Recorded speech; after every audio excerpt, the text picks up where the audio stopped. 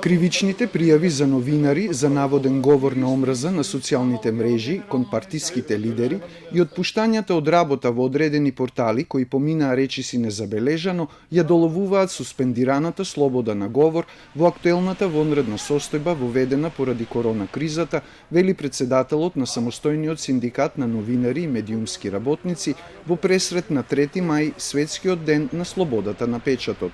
Први што остана без работа беа неколку новинари од порталите, од овдешните портали.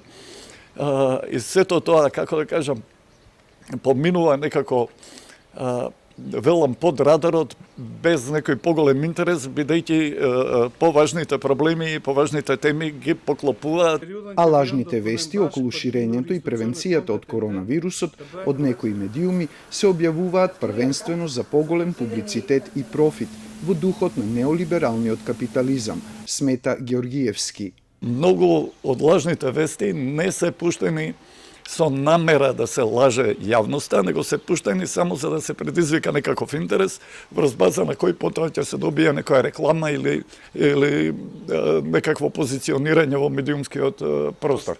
Слободното и квалитетно новинарство е предност на демократијата во ова време на пандемија, вели комесарот за човекови права при Советот на Европа во пораката за светскиот ден на слободата на печатот. Пандемијата со COVID-19 не потсетува на суштинската улога што ја имаат новинарите и медиумските професионалци во обезбедувањето на доверливи информации, борбата против дезинформациите што можат да предизвикаат паника, барајќи носителите на одлуки да бидат одговорни пред граѓаните.